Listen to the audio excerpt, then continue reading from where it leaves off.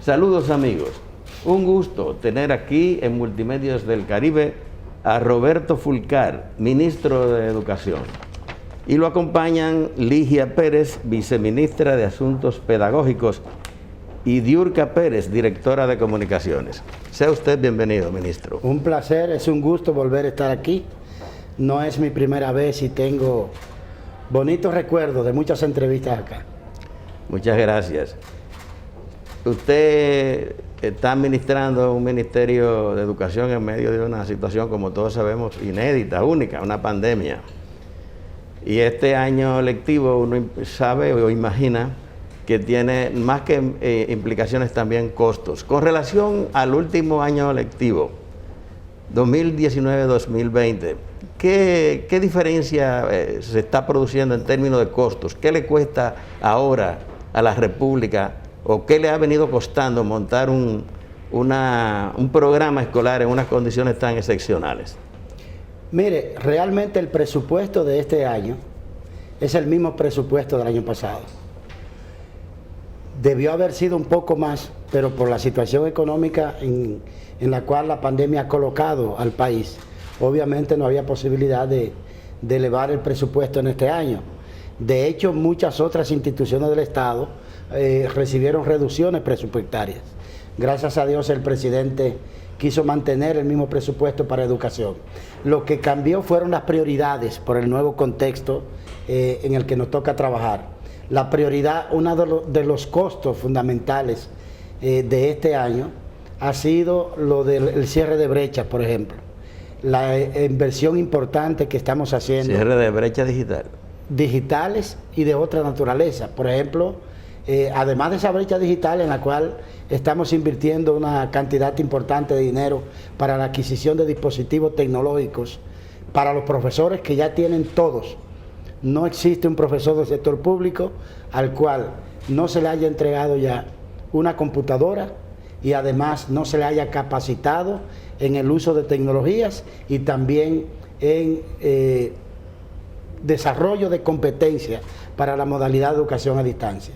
Y a los estudiantes también los estamos dotando de dispositivos tecnológicos. Para eso hicimos una gran licitación el año pasado. Pero otras brechas son, por ejemplo, la brecha de electricidad.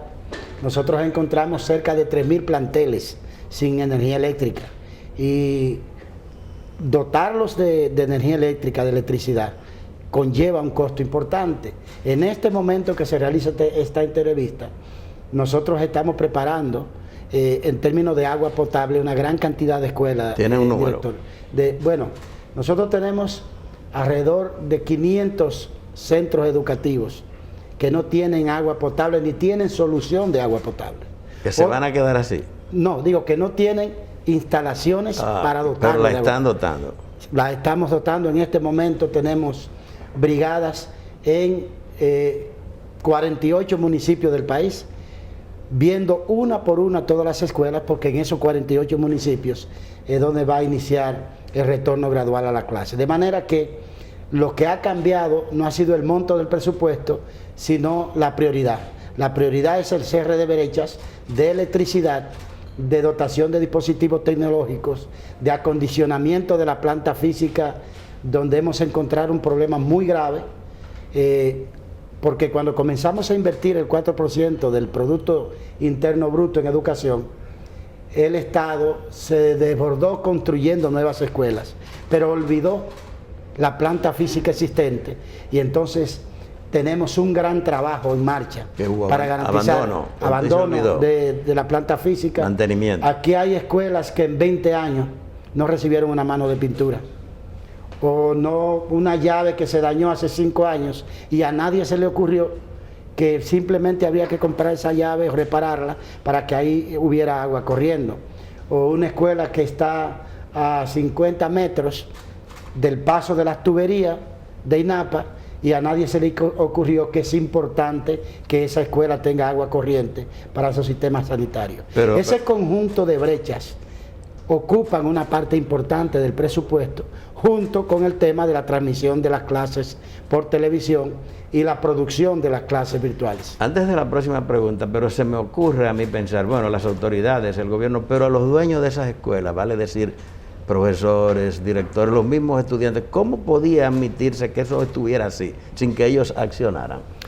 La gente puede acostumbrarse a vivir mal. La gente, el ser humano puede acostumbrarse a vivir en lo incorrecto. Si usted se sienta un día en una mecedora en su casa y comienzan a tirarle pequeñas pajitas, basuritas, eso es imperceptible por un momento.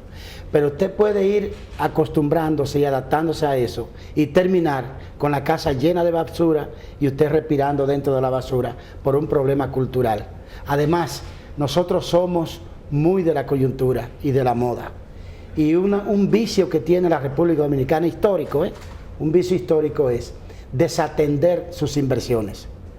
Celebramos mucho cuando hacemos una buena inversión, levantamos un buen edificio, pero a nadie se le ocurrió que una partecita del tiempo y del presupuesto debe ser destinada para que eso continúe bien, para que garantice la duración que se previó cuando se construyó.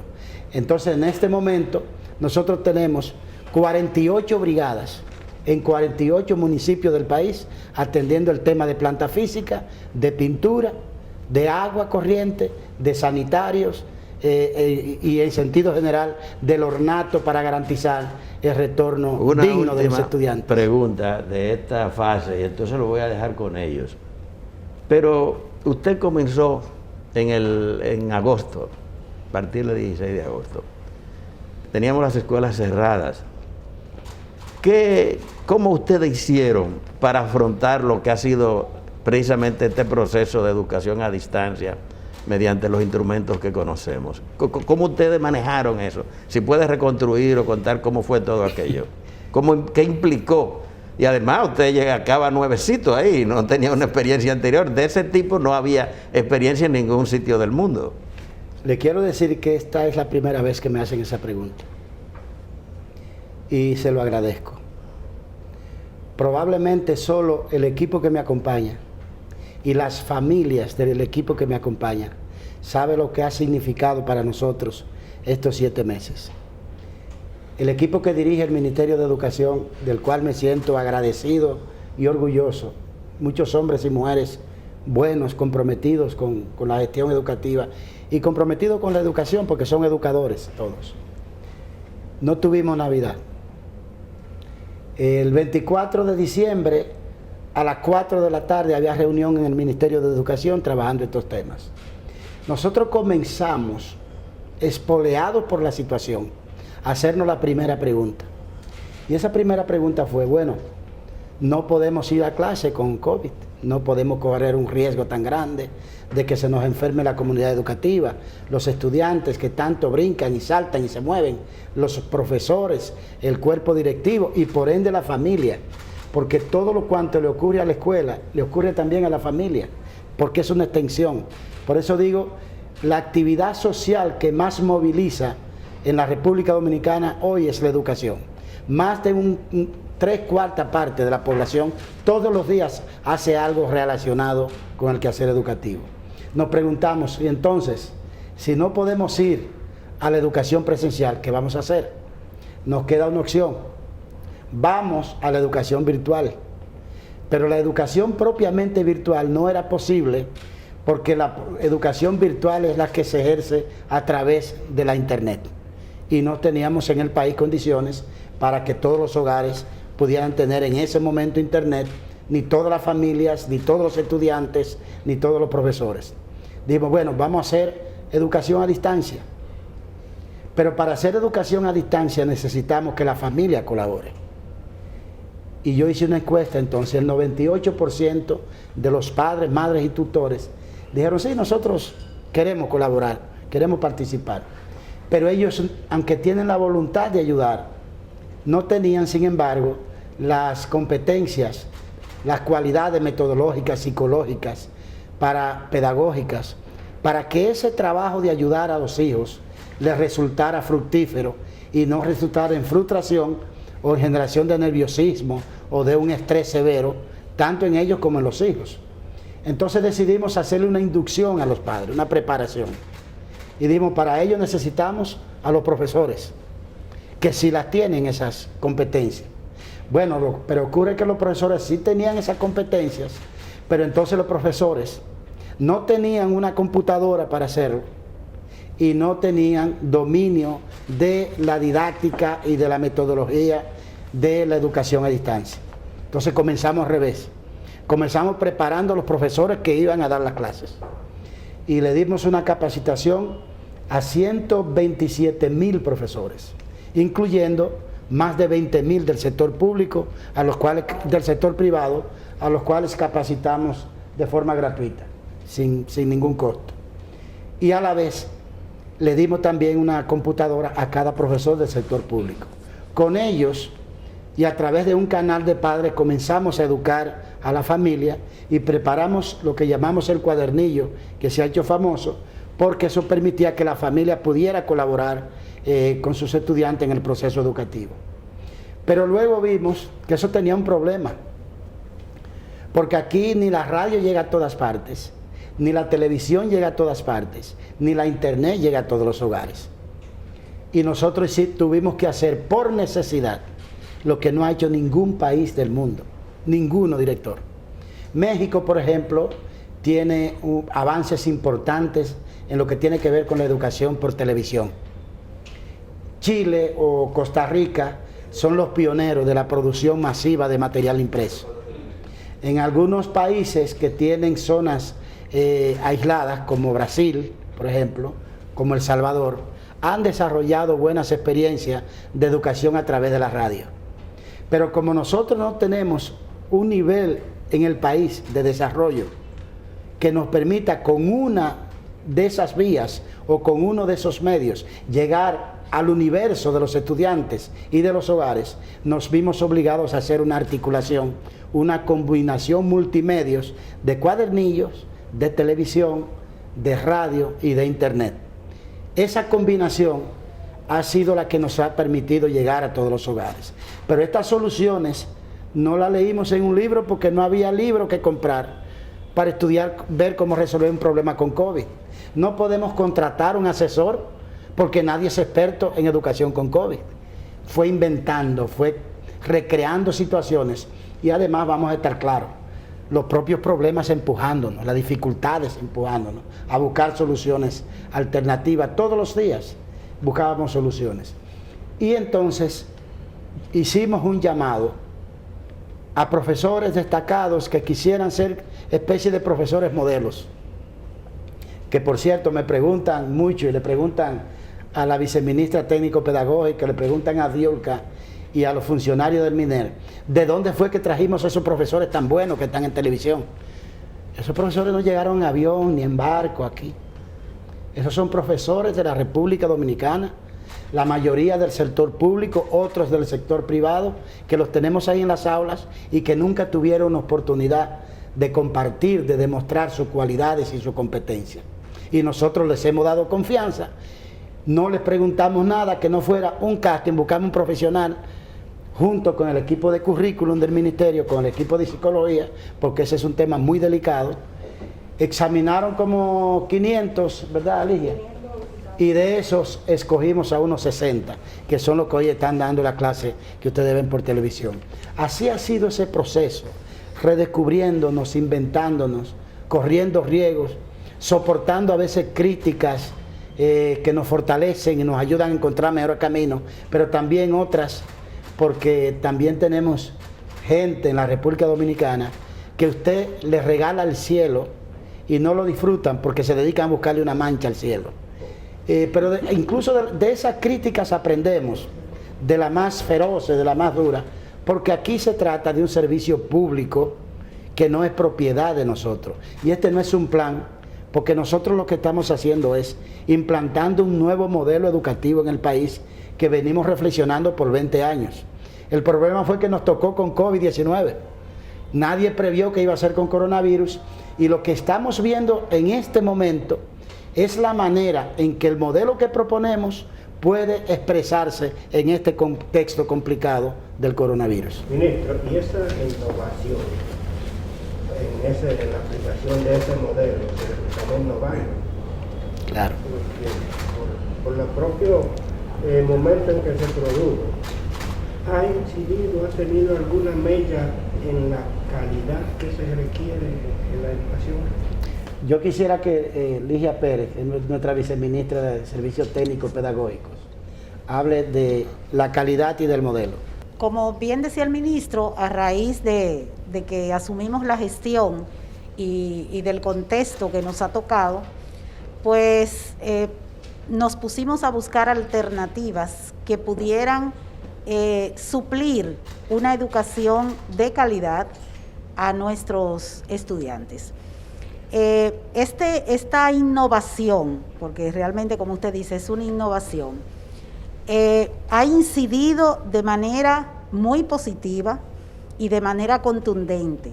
La educación de hoy no es la educación de antes del coronavirus, pero tampoco la educación futura, ese modelo que nosotros proponemos, no es tampoco lo que estamos viviendo ahora. Si se quiere, es como una articulación, una mezcla entre lo mejor del modelo pasado, antes del COVID, y lo que estamos implementando en el día de hoy, en la actualidad, que es este conjunto de multimedia que nos ha llevado a llevar la educación a todos los hogares dominicanos con un currículo priorizado, porque no es un secreto para nadie, yo creo que todos lo sufrimos. Nuestro currículo está sumamente abultado de contenidos irrelevantes y a veces lo que es relevante no se focaliza en las aulas por atender a esa por querer cumplir. Los maestros a veces tienen un dilema, porque para poder cumplir con todos los contenidos que están en ese currículo, que aún declarado un currículo por competencias, realmente eso de ser un currículo por competencia está solo en los papeles, en los documentos, pero en la realidad, en la práctica, no se estaba llevando realmente ese currículo por competencias.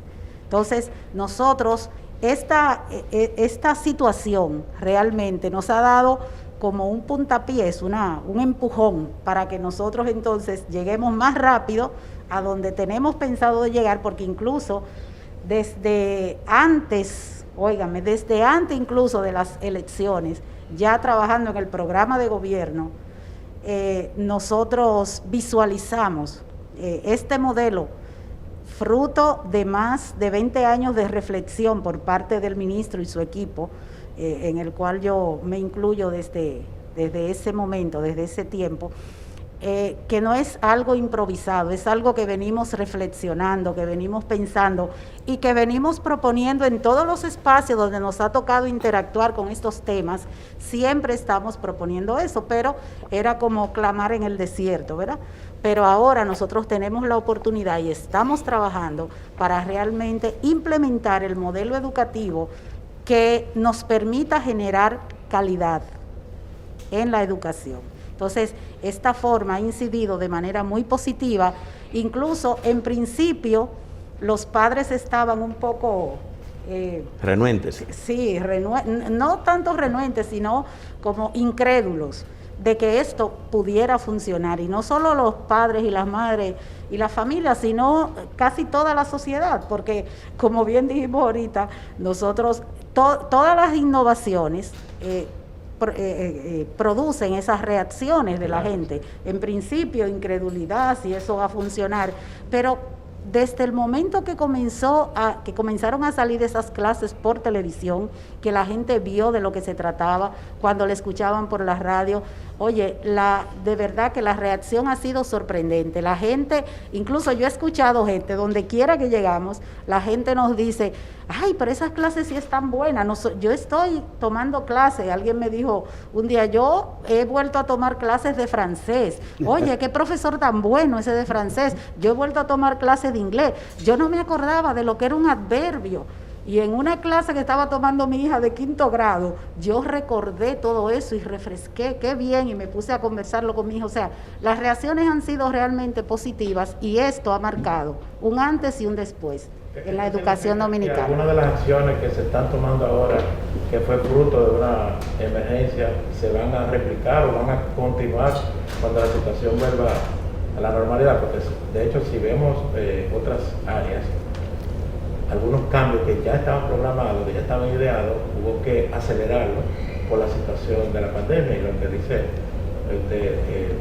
sugiere que en el caso de la educación hay algunas cosas, algunas acciones que se están realizando ahora producto de la situación que podrían servir en el futuro. ¿Y en qué medida se podrían recuperar estas acciones, estas metodologías? ¿Qué tantas cosas se pueden recuperar o se pueden mantener? Sí, bueno, prácticamente todo. O sea, la educación a distancia no se va a detener.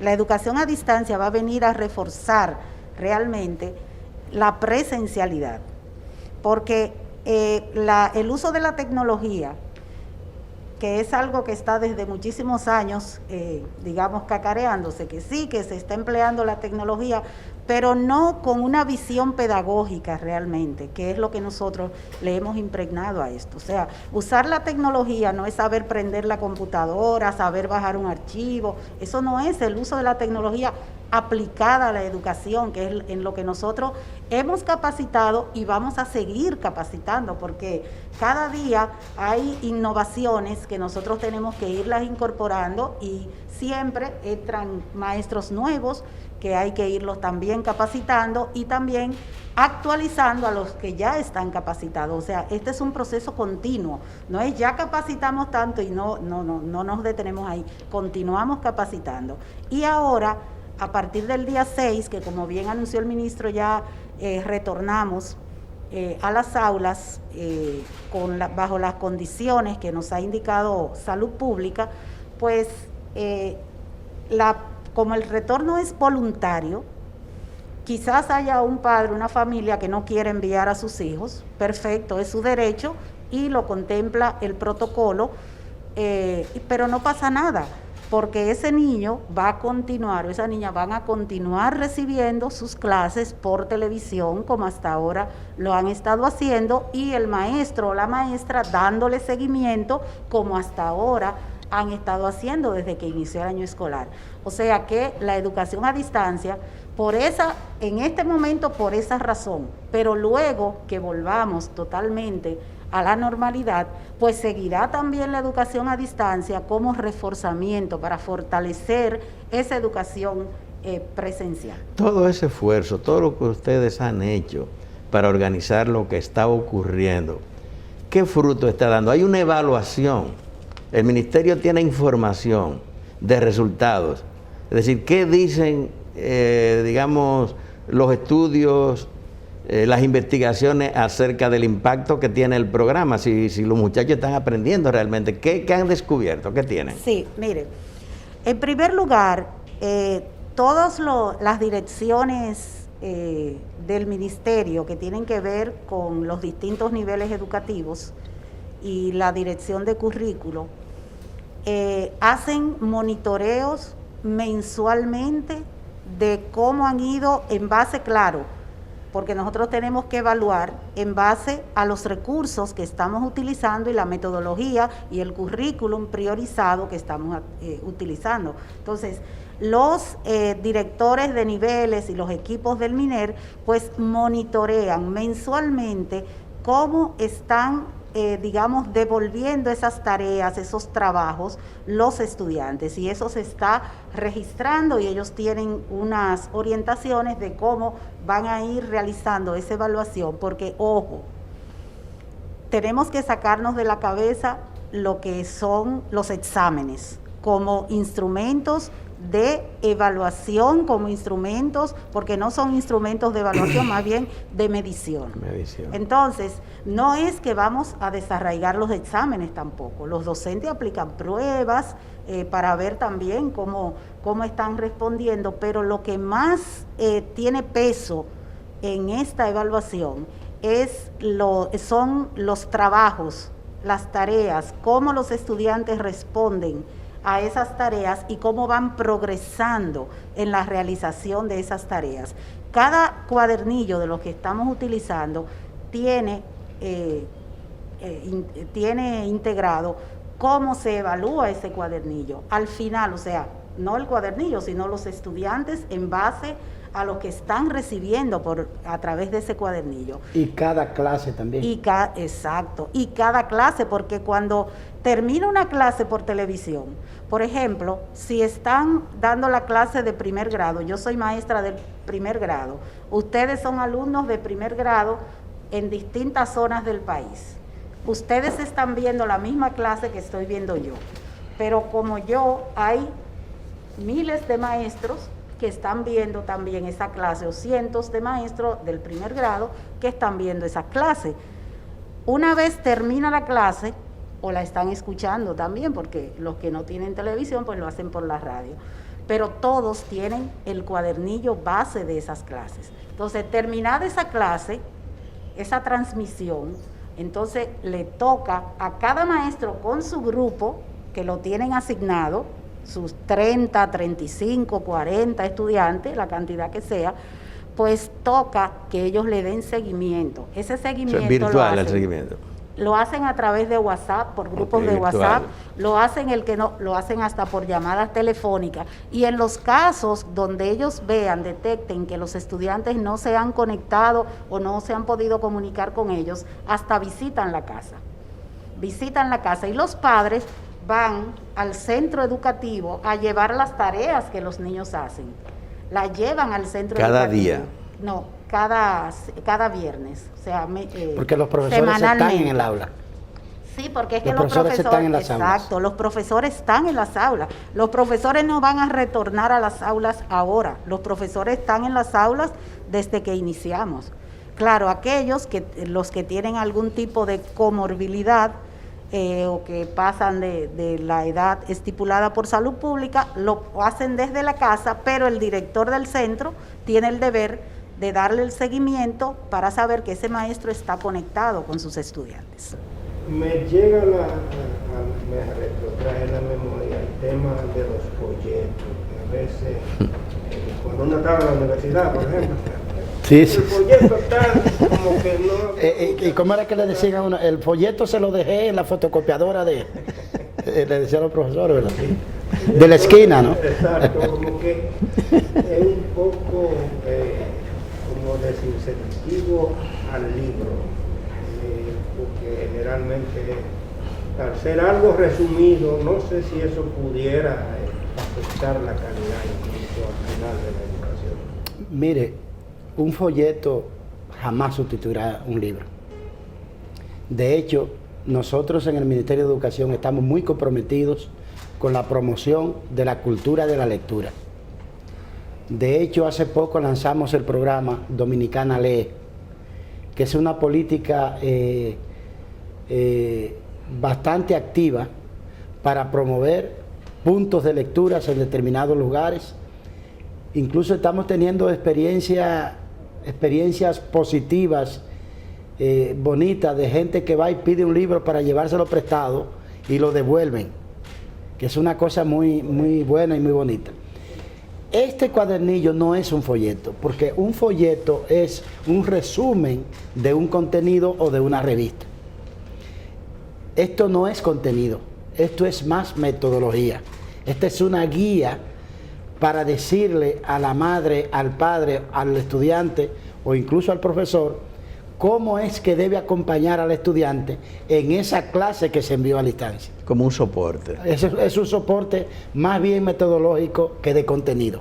Es una orientación, no es un resumen del contenido de la clase. Pero hay algunos contenidos, obviamente. Obviamente, ministro, obviamente. Y quiero aprovechar para subrayar algo que ha planteado la viceministra y que probablemente es lo que falta que la sociedad vea que está representando este cambio en educación. Lo más importante aquí son las brechas que estamos cerrando. Por ejemplo, esa excelente profesora modelo de lengua española de 4º grado que está dando clase y la estamos transmitiendo a través de la televisión, esa misma clase con esa misma profesora a través de ese mismo medio y con ese mismo currículum la está recibiendo un niño de un batey un niño de un campo o un niño de Piantini o de Naco. Ese es un cierre de brecha social trascendental, revolucionario en el país. El hecho de que esta situación nos haya obligado a dotar a todos los profesores del país de un dispositivo tecnológico, eso es un salto en uno de los factores de la calidad de la educación, que es el factor docente. Los maestros son fundamentales en el tema de la calidad de la educación. El esfuerzo que está haciendo el Estado dominicano por garantizar que todos los centros educativos del país, el 100%, este año va a terminar el 100% con electricidad. Esa es nuestra meta. Que este mismo año no quede un plantel que no tenga electricidad. Ese es un cierre de brecha trascendental. El hecho de garantizar, como estamos procurando, todavía faltan muchos, nos faltan muchos, porque a veces me dicen, mira, pero allá hay una escuela que no tiene luz, energía eléctrica. Yo digo, yo te puedo enseñar 100 que no tienen. O sea, eso no es novedad, eso es lo que estamos solucionando. El hecho de que nosotros estemos procurando que cada plantel disponga de internet, ahí en el plantel, ese es un salto contundente en materia de inclusión social y en materia de oportunidad educativa. El hecho de que los mismos métodos de evaluación, los mismos contenidos, el mismo currículum y en los mismos niveles de calidad de la producción de las clases y de la transmisión de la clase le esté llegando por igual a todos los estudiantes del país, ese es un salto en términos de cierre de brechas. Y probablemente, por lo menos para nosotros, el mérito más grande del nuevo modelo educativo que estamos impulsando es que ha servido de vehículo para cerrar brechas que no son la educación, sino a través de la educación, impuesto también por la misma realidad, por la presión. Por eso que usted dice, por la presencia de la COVID, la crisis, ¿está sugiriendo que se ha elevado el nivel de la educación, la calidad? Mire, yo no quiero hacer adivinación porque uno tiene que esperar evaluar, y soy muy riguroso con los temas de evaluación para hacer una afirmación. Pero yo no tengo absolutamente ninguna duda que lo que estamos haciendo va a constituir una transformación cualitativa y cuantitativa y social de la educación en la República Dominicana. De hecho, el modelo que proponemos, por eso lo denominamos educación para vivir mejor. Si la educación no sirve para transformar la vida de las personas, no es educación de calidad. Si hay un parámetro para determinar si un sistema educativo es cualitativo, es si ese sistema contribuye a que la gente viva mejor. Nosotros pensamos que un pueblo más educado es un pueblo más sano, más saludable. Que un pueblo más educado es un pueblo menos violento. Que un pueblo más educado es un pueblo con menos discriminación y menos fobia. Que un pueblo más educado es uno que no maltrata a los animales.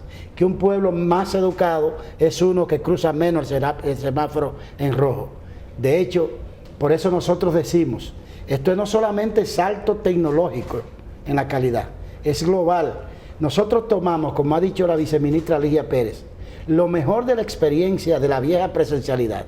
Por ejemplo, esa magia insustituible de la relación del alumno con sus iguales, con sus pares, con sus compañeros, con su profesor, la relación del profesor con su colectivo pedagógico, esa relación armoniosa entre la escuela y la comunidad de doble vía, esas son relaciones insustituibles que nosotros recuperamos de la vieja presencialidad y que vamos por ella, vamos a buscarla ahora. Ahora, junto con eso, incorporamos toda esta creatividad que ha habido en la República Dominicana en el día de hoy, que está generando un capital educativo que va a durar por décadas, porque a veces me dicen, pero resulta costoso todo este tema de la producción de las clases, de la contratación de canales de televisión y cable. Y yo pregunto, y cuando usted dice que es costoso, ¿cuál es su fórmula para medirlo? ¿Me está midiendo la cantidad de pesos invertidos entre la cantidad de estudiantes? No, esa fórmula es incompleta. La fórmula es la cantidad de pesos invertidos entre la cantidad de estudiantes, entre la cantidad de años que va a ser aprovechable.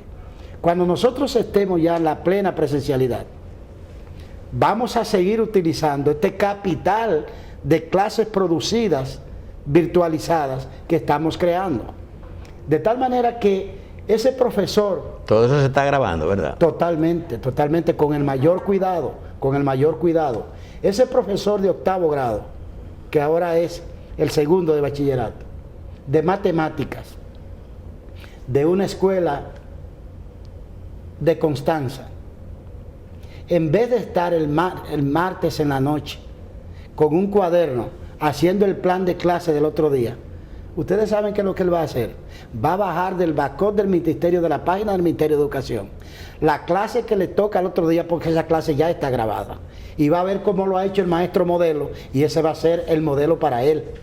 Pero ¿saben qué? Tiene que hacerlo bien también, porque el estudiante y el padre del estudiante va a tener acceso a ver cómo se hace bien. De manera que lo que estamos haciendo es una transformación para la República Dominicana que en pocos años va a comenzar a dar frutos. ¿A usted le gusta el término revolución? Bueno, porque yo soy muy respetuoso de un concepto tan profundo y tan extraordinario como el de revolución. Y yo he visto cómo aquí se ha relajado con eso. Yo he visto cómo aquí, en nombre de una cosa que le llamaron revolución educativa, si se hizo lo que ustedes están viendo ahora, que el COVID ha desnudado. Cómo miles de planteles en este país no tienen agua, no tienen energía eléctrica, no tienen internet. Cómo casi la mitad de la planta docente del país nos encontramos de repente que no eran maestros nombrados, sino contratados, que no tienen seguridad social.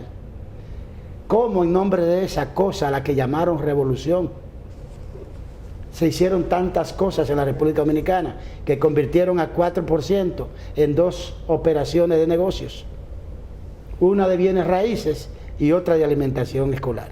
Lo que pasa es que nosotros no hemos querido dedicar nuestras energías y nuestro tiempo simplemente a hacer la crítica de lo que pasó.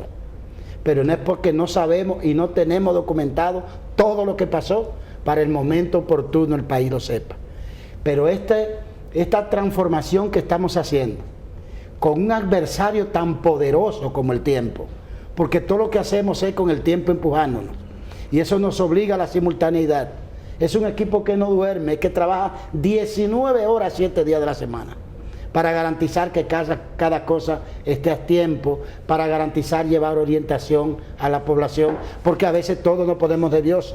Cuando comenzamos con la educación a distancia, yo fui a una entrevista a un medio y me dijeron, usted debe entender que uno está medio nervioso. Yo le digo, oh, yo no.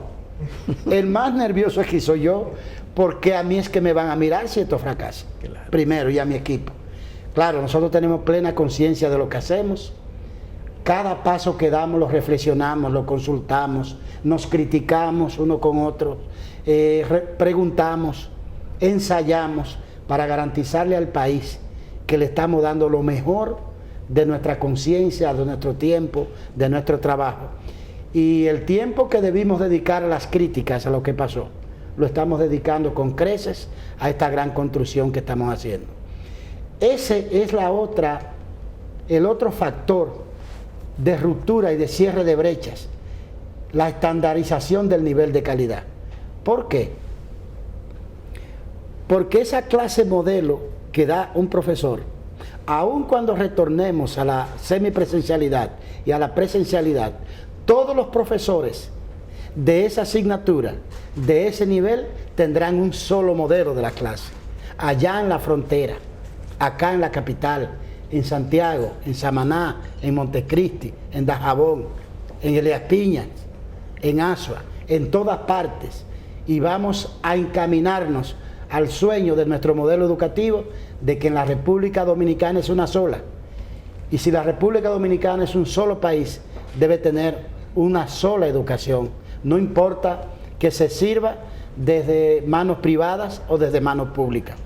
Todos los dominicanos debiéramos tener el derecho a la misma educación y del mismo nivel de calidad. Y que la diferencia la hagan la dedicación y las competencias y cualidades de cada uno, no la falta de oportunidad. Ministro, ahorita usted mencionaba A propósito de esto de la revolución educativa, lo que se llamó así. De la cosa, sí. Sí, usted mencionó un aspecto muy concreto que sí se hizo, que es evidente. Usted dijo como un desbordamiento de construcción de estructuras, de construcción de aulas. Sí. Y que se descuidaron las estructuras existentes.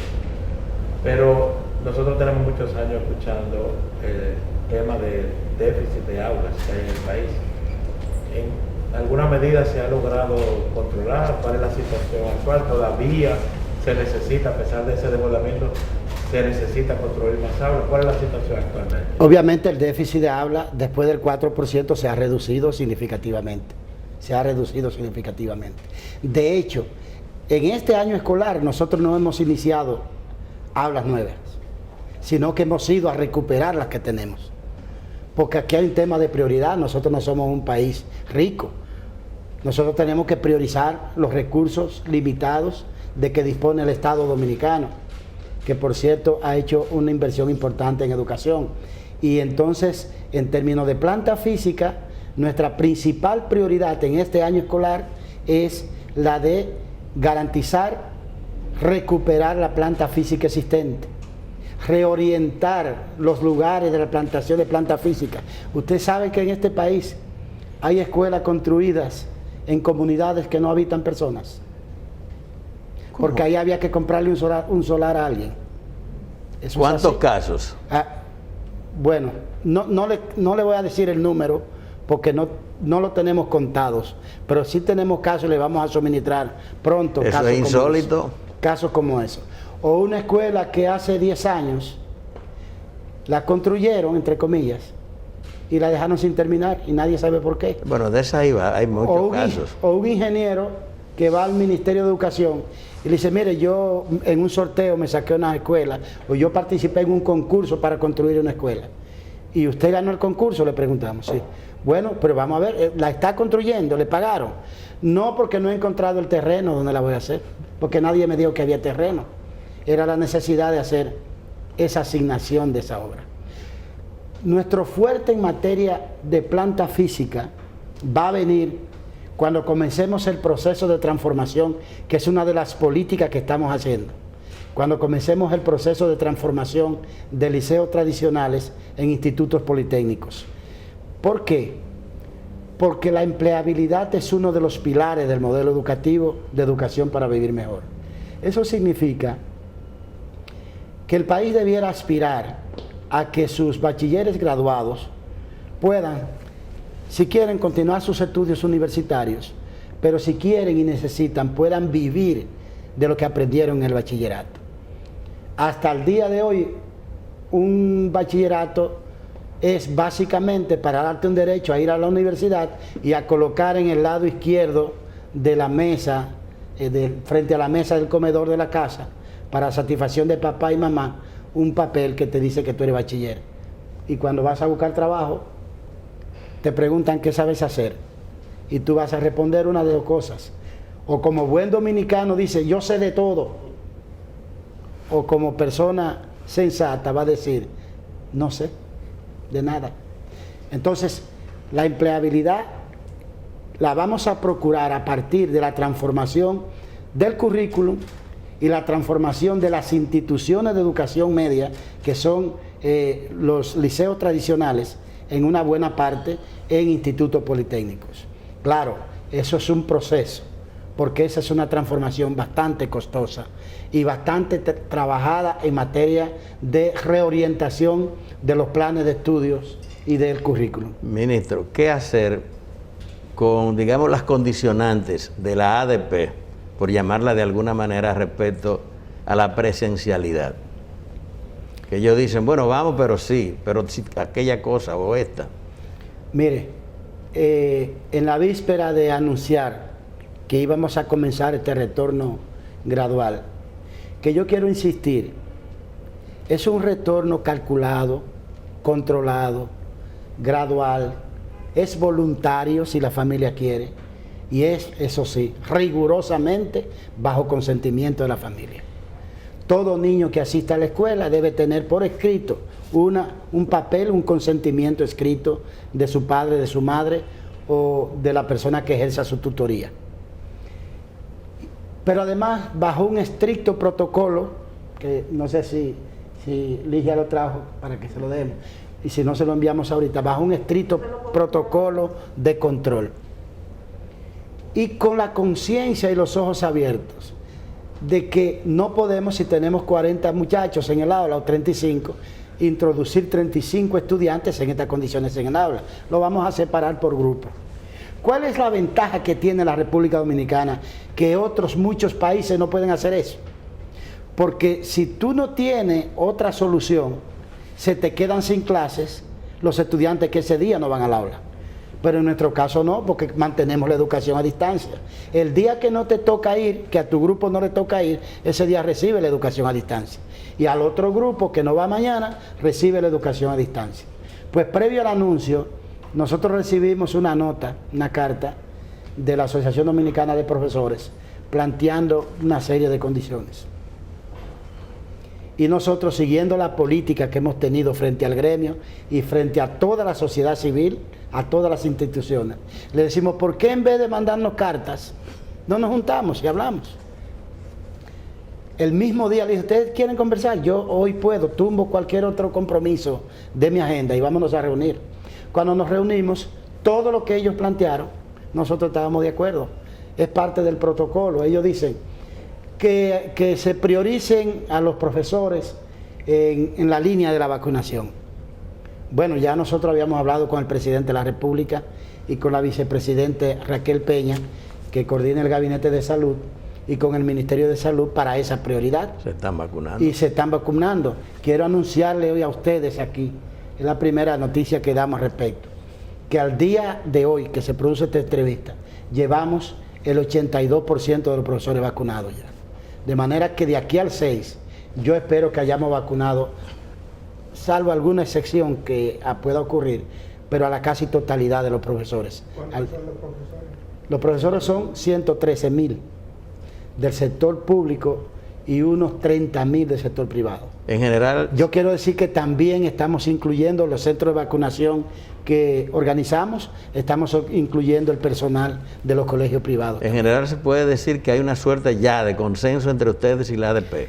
Bueno, de todos los temas que nos plantearon, todos los temas se están cumpliendo, están en el programa, algunos ya se han aplicado. Bueno, solo una que no pudimos complacerlo porque no depende de nosotros. Ellos nos dijeron que se acelerara la segunda dosis de la vacuna para que comenzáramos con los profesores con las 2 vacunas ya puestas. Pero es que hay un tiempo reglamentario por la medicina 28 a 30 días. que no es una variable de nuestro control. Esa fue la única. Después todo ha sido consensuado con ellos. Después dijeron, pero eso es porque también le han fallado mucho en muchos compromisos que han hecho con ellos y no les cumplen. Yo dije, no, pero todo lo que hemos hablado, yo se lo pongo en el papel y se lo firmo también. Ministro. Y ellos tienen una carta del ministro confirmando todos esos temas y yo espero que no haya ningún problema. Obviamente, existen voces que no necesariamente son la totalidad de la organización del gremio, que el día que no hacen una crítica no duermen, ni son felices. Una precisión. Y yo quiero que sigan viviendo esa gente, entonces que hagan su crítica. Eso, ese 82% son como 93.000. Como alrededor de 90.000 profesores. Sí. Ministro. Porque lo que hicimos fue, incluso dentro de la cadena de vacunación, priorizamos los profesores de los 48 municipios que entran al 6. Ayer hicimos un balance con los directores regionales y de distritos, y en ese balance de esos 48 municipios estamos en el 87% hoy. Aquellos hogares carenciados, aquellas familias que el Ministerio de Educación, digamos, tiene una suerte de asistencia a los estudiantes y al hogar mismo, ¿cómo lo han manejado en la pandemia? La alimentación se refiere. En general, habían algunos servicios que Sí. tenían que ver con alimentación y algunos tipos de subsidios. Sí, mire, en el tema de la alimentación, que es la parte que tiene que ver con nosotros, ahí nos vimos obligados también a hacer una transformación, la que obligó la realidad. De manera que dejamos de servir alimentos cocidos y le servimos una canasta cruda. Y eso llega todos los meses. Todas las semanas. Todas las semanas. Ahora lo pusimos durante la pandemia por 15 días, pero con las mismas cantidades. Pero eso no se ha descontinuado en ningún momento de la pandemia. Ministro, probablemente entre las cosas, los asuntos, los temas que nosotros venimos planteando, no incluyen algunos asuntos que probablemente usted quisiera compartir con la audiencia o con nosotros mismos y que quizás pueden ser de interés, que sin embargo nosotros no hemos acertado para hacerlo decir. Si tiene alguna cosa que agregar, alguna consideración, algún anuncio, algún elemento nuevo que no hayamos abordado en esta conversación, usted puede hacerlo. Bueno, yo pienso que hemos tenido una de las conversaciones más profundas que he tenido en los últimos meses. Lo que quisiera es, a través de ustedes, compartir con la sociedad dominicana el hecho de que lo que estamos haciendo en educación es probablemente lo que se ha debido hacer hace décadas. Y si hubiésemos resuelto problemas acumulados del país, hoy estuviésemos más lejos. Un amigo me dijo recientemente, un periodista, yo estoy enamorado del modelo que están implementando, aunque tengo mis críticas, digo, obvio. Lo malo es que no me las ha dicho para ver en qué corrijo. Dice, no, porque hay problemas de electricidad en muchas escuelas. Y yo le dije, pero la falta de electricidad no tiene que ver con el modelo educativo. El modelo educativo es víctima de esa falta de electricidad, que es una brecha social acumulada, o la falta de internet, o la falta de la dotación de un dispositivo tecnológico en los estudiantes o en los profesores, o internet en el plantel. Esos no son problemas del modelo educativo, esos son problemas, variables externas que afectan la implementación del modelo educativo, pero que gracias a Dios la propia implementación del nuevo modelo está empujando a que esas variables, aunque no son propiamente de la educación esté sirviendo como punto de inflexión para que se terminen de resolver, por un lado. Por otro lado, yo quiero insistir que este no es un plan de un ministro, de un equipo de gestión, de un gobierno, ni de un partido. Este es un plan y esto es un modelo país. Esta es la creatividad de la República Dominicana. Y esto que estamos haciendo probablemente en unos años llena de orgullo a nuestro país. No me gusta mucho hablar de eso, pero les quiero decir que, por ejemplo, la comunidad internacional ha puesto sus ojos ya en la República Dominicana. Acaba de informarnos la UNESCO, que ha estado evaluando el proyecto que tenemos en marcha y está interesado en venir a estudiar lo que aquí está ocurriendo. Y nos acaban de donar, por ejemplo, 50 laboratorios de ciencia, porque tenemos el interés. ¿Quién lo donó? La UNESCO. 50 laboratorios de ciencia, porque tenemos el interés de incluir ciencias a la educación. El programa de las Naciones Unidas dice que ha pedido a sus superiores que si quieren ver un ejemplo de un modelo con transparencia, con ética y con visión estratégica, que miren hacia la República Dominicana. La UNICEF nos está acompañando en todo este proceso que llevamos en camino. Lo propio la Organización de Estados Iberoamericanos para la Educación, de la cual acabamos de asumir la presidencia recientemente. Y así también el Banco Interamericano de Desarrollo, el Banco Mundial o la comunidad de ministros del SECSICA, por un lado. Es decir, la comunidad internacional probablemente esté viendo en lo que estamos haciendo lo que algunos dominicanos todavía no alcanzamos a ver. Por otro lado, hay un elemento que para nosotros es fundamental y que quisiera compartir con ustedes. Uno de los problemas que tiene la sociedad dominicana para nosotros es que está viviendo una especie de quiebra moral. Una sociedad que ha ido declinando valores fundamentales, en la cual ha ido creciendo históricamente la violencia, la criminalidad, la delincuencia, la irresponsabilidad, la falta de solidaridad. Y nosotros pensamos que un buen modelo educativo, si es un modelo educativo para vivir mejor, tiene que atender ese problema, y por eso hemos recuperado la idea de la educación cívica en la educación dominicana de todos los niveles y modalidades. Y esto lo estamos materializando a partir de la creación de las cátedras ciudadanas, que son un modelo multisalida para promover contenidos útiles y desarrollar competencias ciudadanas en nuestros estudiantes. Nosotros estamos trabajando en la producción de alrededor de 40 cátedras ciudadanas, que van desde cátedras patrióticas, que tienen que ver con la identidad nacional, con los símbolos patrios, que tienen que ver con otros elementos de la identidad, la gastronomía dominicana, que tienen que ver con temas como la educación vial, que tienen que ver con la solidaridad, que tiene que ver con la ética y la vida. En este mes, por ejemplo, de la patria, creamos 8 cátedras ciudadanas. Y, me permite, aquí, por ejemplo, extraemos, para que compartan, un himnario que contiene todos los símbolos patrios.